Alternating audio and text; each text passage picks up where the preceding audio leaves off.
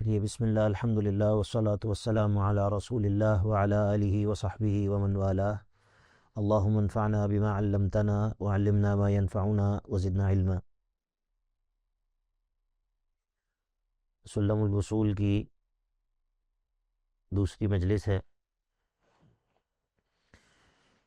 کتاب کا مقدمہ ہم نے پڑھ لیا تھا، اب یہ ایک اور مقدمہ ہے جو کہ توحید کی اہمیت پر مشتمل ہے۔ مقدمۃ تعرف العبد بما خلق له وبأول ما فرض الله تعالى وبما أخذ الله عليه به الميثاق في ظهر آدم عليه السلام وبما هو صائر إليه۔ یہ چار چیزیں ہیں۔ یہ مقدمہ بندے کو یہ چار چیزوں کی پہچان کروانے کے لیے ہے، اور ان چاروں چیزوں کا تعلق توحید کے ساتھ ہے، توحید کی اہمیت کے ساتھ ہے۔ پہلی چیز ہے مقدمۃ تعرف العبد بما خلق له۔ اس چیز کی پہچان بندے کو کروانے کے لیے یہ مقدمہ قائم کیا ہے کہ جس چیز کے لیے بندے کو پیدا کیا گیا ہے،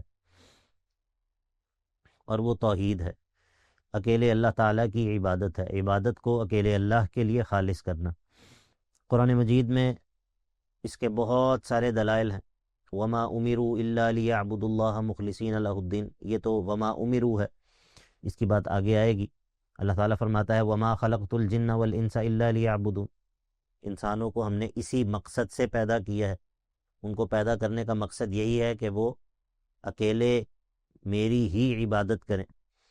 اسی مقصد کے لیے اللہ تعالیٰ نے بندوں کو پیدا کیا ہے، تو بندوں کو تخلیق کرنے کا مقصد ہی توحید ہے۔ یہ پہلی چیز ہے جو کہ توحید کی اہمیت کے لیے ذکر کی ہے۔ اور وَبِأَوَّلِ مَا فَرَضَ اللَّهُ تَعَالَى، اور یہ سب سے پہلی چیز ہے اور سب سے بڑی چیز ہے کہ جو اللہ تعالیٰ نے بندے پر فرض کی ہے، وہ یہ ہے کہ بندہ اکیلے اللہ کی عبادت کرے، ٹھیک ہے؟ اور یہ سب سے بڑا فریضہ یہی ہے۔ اعظم ما امر اللہ به التوحید واعظم ما نہا عنہ الشرک، ٹھیک ہے؟ اعظم ما امر اللہ به التوحید واعظم ما نہا عنہ الشرک، سب سے بڑا حکم جو اللہ تعالیٰ نے بندوں کو دیا ہے وہ یہ ہے کہ بندے اکیلے اسی کی عبادت کریں، اور سب سے بڑی ممانعت جو اللہ تعالیٰ نے کی ہے وہ شرک کی ممانعت ہے۔ تو وَبِأَوَّلِ مَا فَرَضَ اللَّهُ تَعَالَى، اور اللہ تعالیٰ نے سب سے پہلے بندوں کو اسی حکم کے ساتھ مخاطب کیا ہے، یا ایھا الناس اعبدوا ربکم۔ قرآن مجید میں سب سے پہلا وہ خطاب جو کہ اللہ تعالیٰ کی طرف سے بندوں کے نام ہے، ٹھیک ہے؟ ورنہ اس سے پہلے ایاک نعبد و ایاک نستعین یہ بھی خطاب ہے، لیکن یہ خطاب کس کی طرف سے کس کی طرف سے ہے؟ بندے کی طرف سے اللہ تعالیٰ کے نام ہے ایاک نعبد، لیکن جو پہلا وہ خطاب جو کہ اللہ تعالیٰ کی طرف سے بندوں کے نام ہے وہ کیا ہے؟ یا ایھا الناس اعبدوا ربکم، یہ سب سے پہلا خطاب۔ اور سب سے پہلی نہیں کیا ہے؟ فلا تجعلوا للہ اندادا، فلا تجعلوا للہ اندادا وانتم تعلمون، ٹھیک ہے؟ تو اسی طرح قرآن مجید کے اندر جن آیات میں اللہ تعالیٰ نے اپنے احکام کا ذکر کیا ہے، ان تمام احکام کا آغاز اسی حکم سے کیا ہے۔ وَقَضَىٰ رَبُّكَ أَلَّا تَعْبُدُوا إِلَّا إِيَّاهُ وَبِالْوَالِدَيْنِ إِحْسَانًا، اور اس طرح کی دیگر جو آیات ہیں۔ تو پہلی بات توحید کی اہمیت کے لیے کیا ہو گئی؟ جس چیز کے لیے بندے کو پیدا کیا گیا ہے۔ اور دوسری بات کیا ہو گئی؟ اول ما فرض اللہ تعالی، تیسری چیز وبما اخذ اللہ علیہ به المیثاق فی ظہر آدم علیہ السلام، اور یہی وہ چیز ہے کہ جس کا اللہ تعالیٰ نے بندوں سے عہد اور وعدہ لیا تھا جب بندے آدم علیہ السلام کی پشت میں تھے۔ اس کی تفصیل انشاءاللہ آگے آ جائے گی۔ تو اللہ تعالیٰ نے آدم علیہ السلام کی پشت میں بندوں کو عالم ارواح میں، عالم ذر میں اللہ تعالیٰ نے آدم علیہ السلام کی پشت سے تمام ان کی ذریت کو نکالا، ٹھیک ہے، اور بالکل جس طرح چونٹیاں ہوتی ہیں اس حیت میں، اور ان کو ادھر بکھیر کر اور ان سے یہ عہد لیا اور ان کو اس پر گواہ بنایا کہ الستُ بربکم قالوا بلا، جیسا کہ سورہ اعراف میں ہے، ٹھیک ہے۔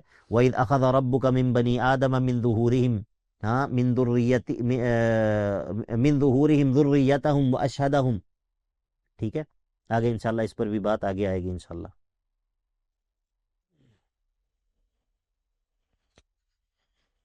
تین باتیں ہو گئی، اور چوتھی بات یہ ہے کہ وَبِمَا هُوَ صَائِرٌ إِلَيْهِ، وَبِمَا هُوَ صَائِرٌ إِلَيْهِ، اور یہ مقدمہ بندے کو اس چیز کی پہچان کرواتا ہے کہ جس کی طرف وہ بالآخر جانے والا ہے۔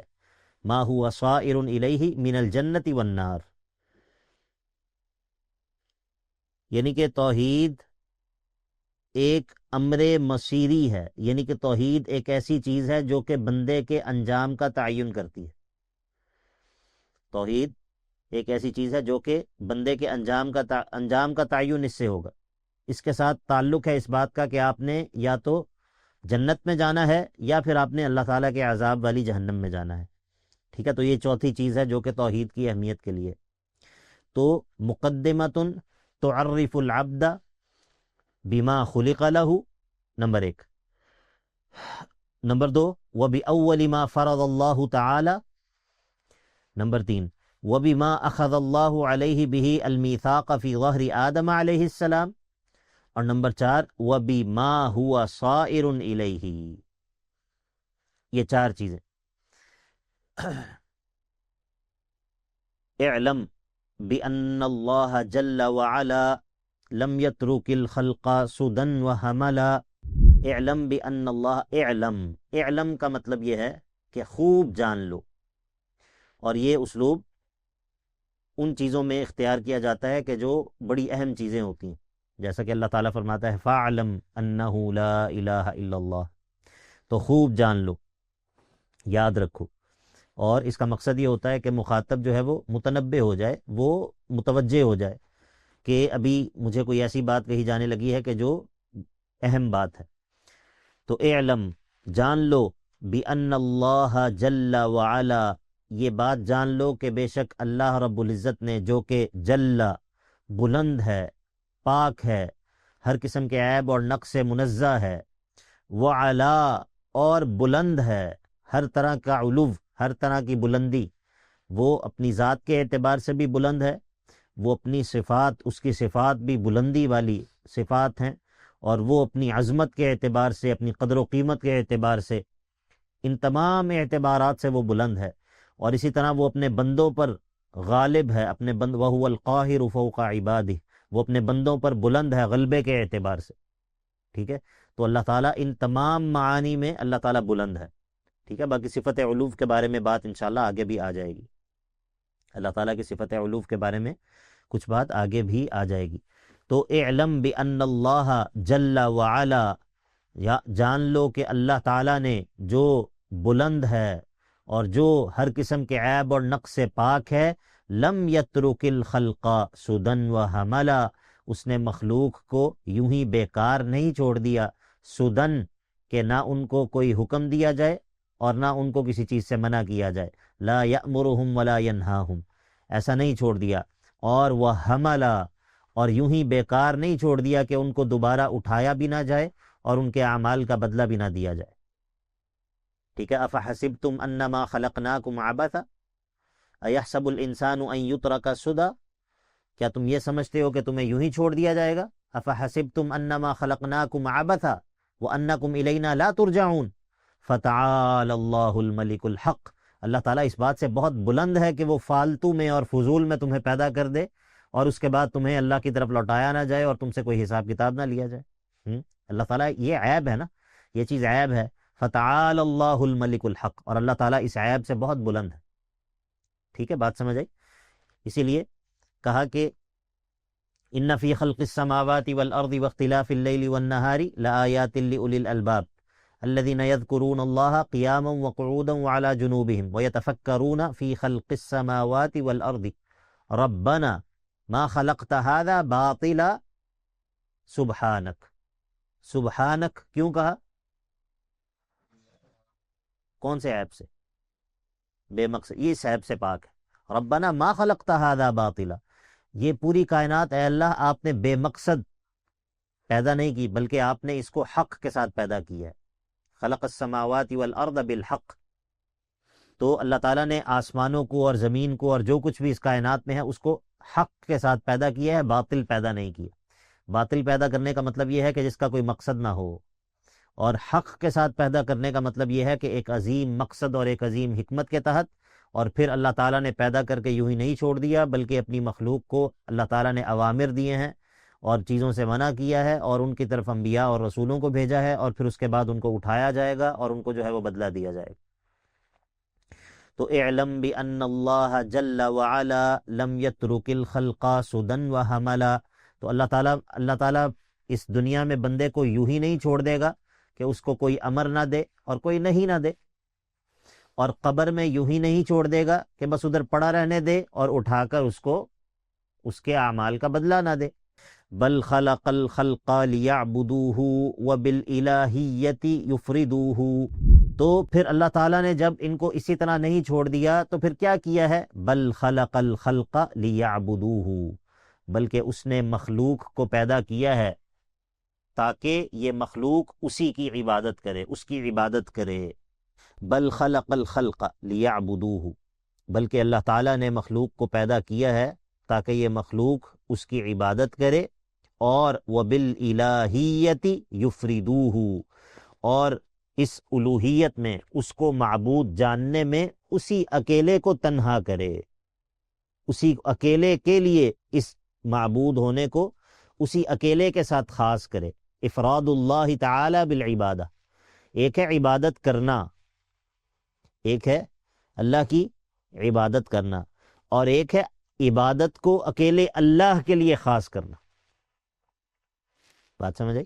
اللہ تعالیٰ نے ہمیں پیدا کیا ہے تاکہ ہم اللہ کی عبادت کریں، یہ ایک بات ہے.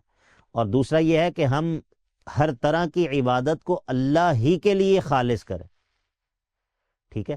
تو جو لفظ اللہ ہے، ہاں، اس سے اللہ تعالیٰ کی الوہیت کا بھی پتہ چلتا ہے اور اللہ تعالیٰ کی عبودیت کا بھی پتہ چلتا ہے. اللہ تعالیٰ ذو الالوہیہ ہے، یعنی کہ جتنی بھی وہ صفات جو کہ ایک معبود میں ہونی چاہیے، جو ایک الہ میں ہونی چاہیے، صفات کمال، وہ اللہ کے اندر پائی جاتی ہیں. صفات کمال، صفات جمال، صفات جلال، بلندی والی، عظمت والی ساری صفات اللہ میں پائی جاتی ہیں. وہ ذو الالوہیہ ہے. تو الہ ہونا، الوہیت یہ اللہ تعالیٰ کی صفت ہے، الوہیت اللہ تعالیٰ کی صفت ہے. اور یہ عبودیت، اس کا تعلق بندے کے ساتھ ہے، اس کا تعلق بندے کے ساتھ ہے. الوہیت یہ اللہ تعالیٰ کی صفت ہے، اللہ تعالیٰ کے اندر ساری عظمت والی اور بلندی والی صفات پائی جاتی ہیں. اور عبودیت اس کا تعلق بندے کے افعال کے ساتھ ہے کہ اب بندہ اکیلے اللہ ہی کی عبادت کرے. الوہیت اور عبودیت میں فرق سمجھ آ گیا؟ الوہیت کس کی صفت ہے؟ ہاں، الوہیت اللہ تعالیٰ وہ ذو الالوہیہ ہے، کوئی اس کی عبادت کرے یا نہ کرے، اللہ تعالیٰ ذو الالوہیہ ہے. اور عبودیت اس کا تعلق بندے کے ساتھ ہے کہ اب بندے نے اکیلے اللہ کی عبادت بھی کرنی ہے. ٹھیک ہے؟ اب بندے کے ذمہ دو چیزیں ہیں، ایک تو یہ کہ اس نے عبادت کرنی ہے اور اللہ کی عبادت کرنی ہے، دوسرا یہ ہے کہ اس عبادت کو اللہ کے لیے خاص کرنا، خالص کرنا ہے، کہ اس میں کسی اور کا حصہ نہ ہو. ٹھیک ہے؟ بل خلق الخلق لیعبدوہ وبالالہیۃ یفردوہ، یفردوہ ای افرد، یفرد افرادا، کسی کو تنہا کرنا. ٹھیک ہے؟ کسی کو تنہا کرنا، فرد، افراد اللہ تعالی بالعبادہ. اب اخرج فیما قد مضى من ظہر آدم ذریتہ کالذر، اخرج فیما قد مضى، اللہ تعالیٰ نے نکالا، اخرج نکالا، کس نے؟ اللہ تعالیٰ نے. اخرج اللہ فیما قد مضى، یعنی کہ فی الزمان، ہاں، فی الزمان الماضی، گزرے ہوئے زمانے میں، ماضی میں. قد مضى اس زمانے میں کہ جو گزر چکا ہے، یعنی کہ یہ کام ماضی میں ہو چکا ہے. اخرج نکالا اللہ تعالیٰ نے فی ما قد مضى گزرے ہوئے زمانے میں. کہاں سے نکالا؟ من ظہر آدم آدم کی پشت سے. کس کو نکالا؟ ذریتہ آدم کی ساری ذریت کو. کالذری بالکل چونٹیوں کی حیت پر تمام ذریت کو نکالا. اور وَأَخَذَ الْعَهْدَ عَلَيْهِمْ أَنَّهُ لَا رَبَّ مَعْبُودٌ بِحَقٍّ غَيْرَهُ وَأَخَذَ الْعَهْدَ عَلَيْهِمْ أَنَّهُ لَا رَبَّ مَعْبُودٌ بِحَقٍّ غَيْرَهُ. اب جب اللہ تعالیٰ نے یہ آدم کی ساری ذریت کو نکالا تو پھر ان سے عہد لیا. ٹھیک ہے، جس کا تذکرہ سورہ اعراف میں اللہ تعالیٰ نے کیا ہے. وَإِذْ أَخَذَ رَبُّكَ مِن بَنِي آدَمَ مِن ظُهُورِهِمْ ذُرِّيَّتَهُمْ وَأَشْهَدَهُمْ عَلَىٰ أَنفُسِهِمْ أَلَسْتُ بِرَبِّكُمْ قَالُوا بَلَىٰ شَهِدْنَا. اور ایسا اللہ تعالیٰ نے اسی لیے کیا کہ أَن تَقُولُوا يَوْمَ الْقِيَامَةِ إِنَّا كُنَّا عَنْ هَٰذَا غَافِلِينَ أَوْ تَقُولُوا أَنَّمَا أَشْرَكَ آبَاؤُنَا مِن قَبْلُ وَكُنَّا ذُرِّيَّةً مِّن بَعْدِهِمْ أَفَتُهْلِكُنَا بِمَا فَعَلَ الْمُبْطِلُونَ. اللہ تعالیٰ نے آدم علیہ السلام کی ساری ذریت سے یہ عہد لیا. ان سے پوچھا کہ الست بربکم، کیا میں تمہارا رب نہیں ہوں؟ انہوں نے کہا بلا بلا، کیوں نہیں، آپ ہی ہمارے رب ہیں جو عبادت کا مستحق ہے، جس کی اکیلے کی عبادت کی جانی چاہیے. تو اللہ تعالیٰ نے اپنی الوہیت اور اپنی عبودیت پر، اپنے معبود ہونے پر آدم علیہ السلام کی تمام ذریت سے عہد لیا اور میثاق لیا. اور پھر اس عہد اور اس میثاق کو بندوں کی فطرت کے اندر شامل کر دیا. ٹھیک ہے، کیونکہ ممکن ہے کہ کوئی شخص یہ سوال کرے کہ بھائی ہمیں تو یہ عہد یاد نہیں ہے، ہمارے سے عہد لیا گیا، ہمارے سے میثاق لیا گیا، اب ہمیں تو وہ یاد ہی نہیں ہے، ہمیں تو یاد نہیں ہے، تو ہمیں کس طرح پابند کیا جا سکتا ہے اس عہد کا؟ ٹھیک ہے، تو اس کے دو طرح سے جوابات ہیں. ایک تو اس کا جواب یہ ہے کہ آپ کو یاد نہیں ہے، مگر آپ کو اللہ تعالیٰ نے خبر دی ہے، آپ کو اللہ تعالیٰ نے خبر دی ہے اور اللہ تعالیٰ کی خبر سچی ہے. تو آپ کو یاد نہ ہونے سے آپ اس عہد اور اس میثاق سے آزاد نہیں ہو جاتے. ایک بات تو یہ ہے. اور دوسری بات یہ ہے کہ پھر اللہ تعالیٰ نے بندوں کو اس عہد اور اس میثاق پر مفطور کیا ہے، اس پر اللہ تعالیٰ نے پیدا کیا ہے، بندوں کی فطرت کے اندر اس کو رکھ دیا. یہ دو چیزیں ہو گئی. اور پھر اس کے بعد اللہ تعالیٰ نے اسی عہد اور اسی میثاق کی یاد دہانی کروانے کے لیے انبیاء کا سلسلہ جاری کیا ہے اور کتابیں نازل کی ہیں کہ وہ آ کے بندوں کو یاد کرواتے ہیں، اسی عہد اور اسی میثاق کی تذکیر کرتے ہیں کہ جو اللہ تعالیٰ نے بندوں سے پہلے لیا. ٹھیک ہے، تو اس سب کے بعد پھر بندوں کے پاس اللہ تعالیٰ کے خلاف پیش کرنے کے لیے کوئی حجت نہیں ہے. لِأَلَّا يَكُونَ لِلنَّاسِ عَلَى اللَّهِ حُجَّةٌ بَعْدَ الرُّسُلِ. اب رسولوں کے آ جانے کے بعد بھی بندوں کے پاس اللہ تعالیٰ کے خلاف پیش کرنے کے لیے کوئی حجت اور بہانہ باقی نہیں ہے. قُلْ فَلِلَّهِ الْحُجَّةُ الْبَالِغَةُ. اور جو حجت بالغہ ہے، بندوں پر اللہ تعالیٰ کی حجت ہے، بندے اللہ تعالیٰ پر کوئی حجت پیش نہیں کر سکتے، کیونکہ اللہ تعالیٰ نے سب سے پہلے ان سے یہ میثاق لیا. ان کو پوچھا الستو بربکم، سب نے کہا ہاں بلا شہدنا، ہم گواہی دیتے ہیں تو ہی ہمارا رب ہے، تو ہی عبادت کا مستحق ہے. پھر اس کے بعد اللہ تعالیٰ نے بندوں کی فطرت کے اندر یہ اللہ تعالیٰ کے معبود ہونے کا اقرار بندوں کی فطرت کے اندر شامل کر دیا.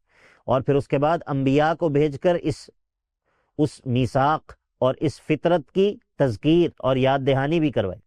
اب اس سب کے بعد بھی اگر کوئی بندہ شرک کرتا ہے تو اب وہ اللہ تعالیٰ کے سامنے کوئی حجت پیش نہیں کر سکتا. اسی لیے کہا وَأَخَذَ الْعَهْدَ عَلَيْهِمْ أَنَّهُ لَا رَبَّ مَعْبُودٌ بِحَقٍّ غَيْرَهُ. لا رب معبود، کوئی ایسا رب نہیں ہے کہ جس کی عبادت کی جائے بحق، حق کے ساتھ. کیونکہ لوگوں نے ارباب تو بنا رکھے ہیں، لوگوں نے جھوٹے معبود تو بنا رکھے ہیں، لیکن کوئی ایسا نہیں ہے کہ جو ایسا رب ہو کہ جو عبادت کیے جانے کا مستحق بھی ہو اللہ کے علاوہ. لا رب معبود بحق غیرہ، یہ کس کا ترجمہ ہے؟ لا رب معبود بحق غیرہ، لا الہ الا اللہ کا ترجمہ ہے. ٹھیک ہے، وبعد هذا رسله قد ارسل لهم وبالحق الكتاب انزل.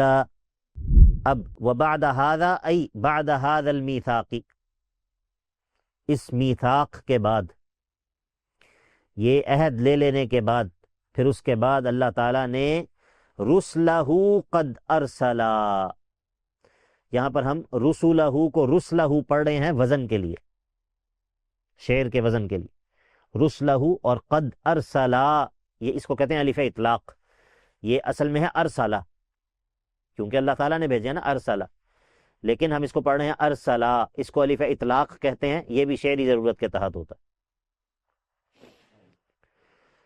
وبعد هذا رسله قد ارسل لهم ای الیہم، کن کی طرف بھیجا؟ اس ذریت آدم کی طرف، اس ذریت آدم سے اللہ تعالیٰ نے عہد لیا، پھر اس کے بعد ان کی طرف اپنے رسولوں کو بھیجا، اور صرف رسولوں کو بھی نہیں بھیجا بلکہ وبالحق الکتاب انزل، یعنی کہ انزل الکتاب بالحق، اور الکتاب سے کون سی کتاب مراد ہے؟ ہاں جنس مراد ہے، تمام آسمانی کتب مراد،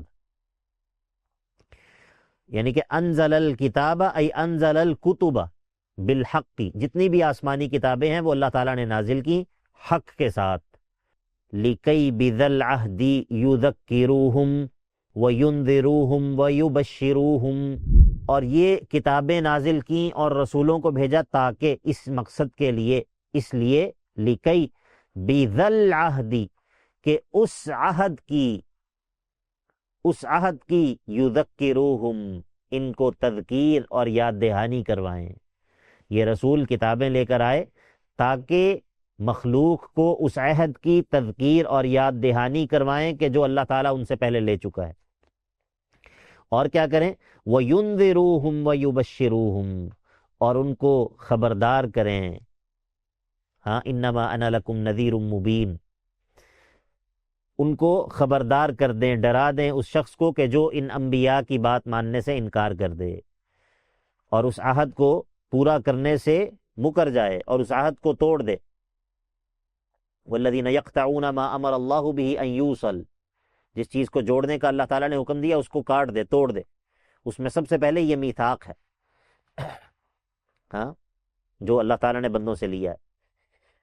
وَيُنذِرُوهُمْ، تو ان کو یہ انبیاء جو ہے وہ خبردار کر دیں اور ڈرا دیں، اور وَيُبَشِّرُوهُمْ، اور خوشخبری سنا دیں، کن کو؟ جو اس عہد کو پورا کر لیں، جو انبیاء کی تصدیق کر لیں، انبیاء پر ایمان لے آئیں اور اس عہد پر قائم رہیں، كَيْ لَا يَكُونَ حُجَّةٌ لِلنَّاسِ بَلْ لِلَّهِ أَعْلَى حُجَّةٍ عَزَّ وَجَلَّ، اور تاکہ بندوں کے پاس کوئی حجت باقی نہ رہ جائے اللہ کے خلاف پیش کرنے کے لیے، یعنی کہ لِكَيْ لَا يَكُونَ حُجَّةٌ عَلَى اللَّهِ لِلنَّاسِ، بندوں کی کوئی حجت اللہ پر کہ جس کو وہ اللہ پر پیش کر سکیں وہ باقی نہ رہ جائے۔ رسلا مبشرین ومنذرین لئلا یکون للناس علی اللہ حجۃ بعد الرسل، کی لا یکون حجۃ للناس بل للہ اعلی حجۃ عز وجل، اللہ تعالیٰ کی حجت جو ہے وہ اعلیٰ ہے، بلند ہے، وہ اللہ جو کہ عز بلند ہے، طاقتور ہے اور غالب ہے، وجل اور اللہ تعالیٰ جو ہے وہ ہر قسم کے عیب اور نقص سے بلند اور پاک ہے۔ اب دونوں گروہوں کا انجام، جب یہ انبیاء آ گئے، اللہ تعالیٰ نے آدم کی ذریت سے میثاق لے لیا، پھر ان کو اس فطرت پر پیدا کر دیا، پھر ان کی طرف انبیاء کو بھیج دیا، کتابیں نازل کر دیں، انبیاء نے آ کر ان کو اس عہد اور اس میثاق کی یاد دہانی کروا دی اور اس فطرت کے موافق ان کے سامنے دعوت پیش کی کہ جس فطرت پر اللہ تعالیٰ نے بندوں کو پیدا کیا ہے۔ اب اس کے بعد لوگ دو گروہوں میں تقسیم ہو، ٹھیک ہے؟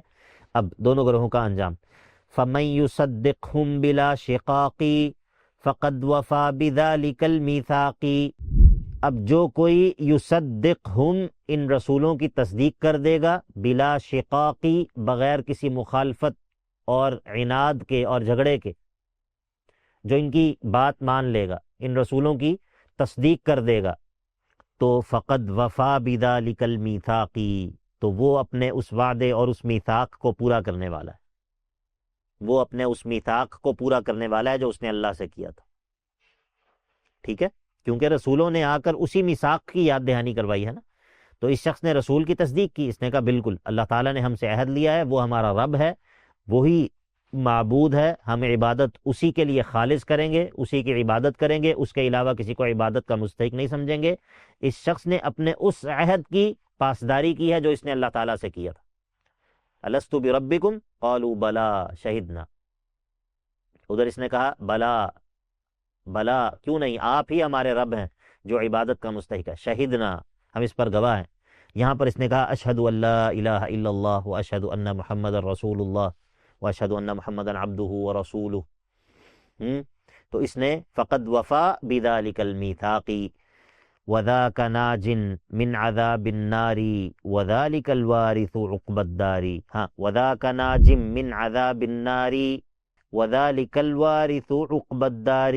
اب یہ شخص جو ہے وہ وذاک، یہ شخص، یہ جو من ہے یصدقہم کرنے والا، من جس نے تصدیق کی ہے، یہ ذاک ناجن، یہ نجات پانے والا ہے، من عذاب النار، جہنم کے عذاب سے، اور وذالک الوارث عقبى الدار، اور یہ ہے جو کہ بعد کا جو الدار ہے، یعنی کہ جو جنت ہے، عقبى الدار، اس کا وارث بننے والا ہے، اس کا مالک بننے والا ہے، جنت کا مستحق ہے.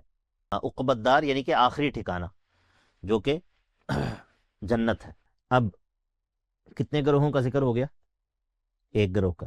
دوسرا گروہ وَمَن بِهِمْ وَبِالْكِتَابِ كَذَّبَ وَلَازَمَ الْإِعْرَاضَ عَنْهُ وَالْإِبَاءَ.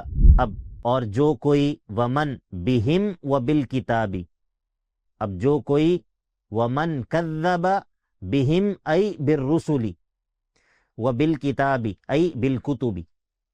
اب جو کوئی تکذیب کرے گا بِهِمْ، کن کی؟ رسولوں کی، اور وَبِالْكِتَابِ، اور اللہ تعالیٰ کی نازل کردہ آسمانی کتابوں کی. وَمَن كَذَّبَ بِالرُّسُلِ وَبِالْكِتَابِ، جو رسولوں کی اور اللہ تعالیٰ کی نازل کردہ کتابوں کی تکذیب کر دے گا، ان کو جھٹلا دے گا.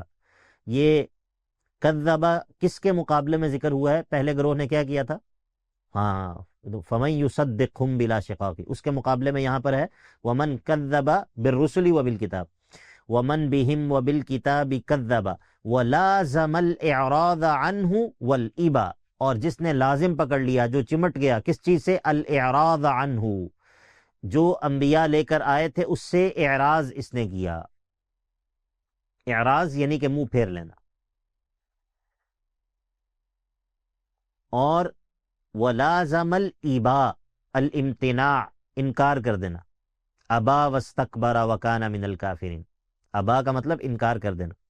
کل امتی یدخلون الجنت الا من ابا، ابا یأبا، انکار کرنا، جھٹلا دینا، رک جانا، امتناع.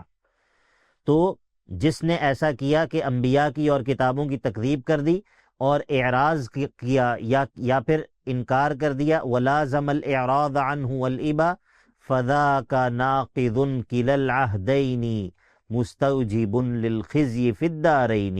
ہاں، فَذَاكَ، یہ شخص، یہ تکذیب کرنے والا اور اعراض کرنے والا اور انکار کر دینے والا، یہ شخص ناقضٌ، یہ توڑنے والا ہے. کس چیز کو؟ كِلَا الْعَهْدَيْنِ، دونوں عہدوں کو. کون کون سے دونوں عہد؟ ایک تو وہ میثاق اول ہے، اور دوسرا عہد یہ انبیاء پر ایمان لانے کا جو عہد ہے. تو یہ دونوں عہد، ان دونوں عہدوں کو توڑنے والا ہے. تو جو میثاق اول ہے اسی کے، یہ فطرت، جس فطرت پر اللہ تعالیٰ نے بندے کو پیدا کیا ہے، یہ اسی میں شامل ہے. اللہ تعالیٰ کا عہد، اور پھر اللہ تعالیٰ کا اسی فطرت پر، اسی عہد کے اقرار پر، اسی فطرت پر بندے کو پیدا کرنا. ٹھیک ہے، فطرت سلیمہ پر. اور پھر اس کے بعد اللہ تعالیٰ کا انبیاء کو بھیجنا، اور انبیاء کا بندوں کو اسی عہد کی اور اسی میثاق کی یاد دہانی کروانا. تو یہ شخص جو کہ انبیاء کو جھٹلا دے، یہ دونوں عہدوں کو توڑنے والا ہے. فَذَاكَ نَاقِضٌ كِلَا الْعَهْدَيْنِ، اور مستوجب، اور پھر یہ واجب کرنے والا ہے اپنے لیے، للخزی، رسوائی کو، جگ ہنسائی کو اور ذلت کو، فی الدارین، دنیا میں بھی اور آخرت میں بھی۔ ان لوگوں کے لیے دنیا میں بھی رسوائی ہے، ٹھیک ہے، ایمان والوں کے ہاتھوں بھی اور اللہ تعالیٰ کی طرف سے بھی، اور آخرت میں تو رسوائی ہے ہی، آخرت میں تو رسوائی اور اللہ تعالیٰ کا عذاب اور اللہ تعالیٰ کی پکڑ ہے ہی۔ تو یہ شخص جو ہے، یہ چونکہ اس نے اس میثاق کو جھٹلا دیا اور انبیاء کی تکذیب کی، انبیاء کی بات بھی نہیں مانی، فطرت بھی اس کی مسخ ہو گئی، اب یہ شخص جو ہے وہ دنیا اور آخرت دونوں میں رسوا ہوگا، ٹھیک ہے۔ تو مؤلف ناظم رحمہ اللہ کہتے ہیں مقدمۃ تعرف العبد بما خلق له وبأول ما فرض الله تعالى وبما أخذ الله عليه به الميثاق في ظهر آدم عليه السلام وبما هو صائر إليه. اعلم بأن الله جل وعلا لم يترك الخلق سدى وهملا بل خلق الخلق ليعبدوه وبالإلهية يفردوه. اخرج فيما قد مضى من ظهر آدم ذريته كالذر وأخذ العهد عليهم أنه لا رب معبود بحق غيره وبعد هذا رسله قد أرسل لهم وبالحق الكتاب أنزلا لكي بذا العهد يذكروهم وينذروهم ويبشروهم كي لا يكون حجة للناس بل لله أعلى حجة عز وجل فمن يصدقهم بلا شقاق فقد وفى بذلك الميثاق وذاك ناج من عذاب النار وذلك الوارث عقب الدار ومن بهم وبالكتاب كذب ولازم الإعراض عنه والإباء فذاك ناقض كلا العهدين مستوجب للخزي في الدارين وصلی اللہ تعالی علی نبینا محمد وعلی آلہ وصحبہ اجمعین سبحانک اللہم ربنا وبحمدک نشہد ان لا الہ الا انت نستغفرک ونتوب الیک۔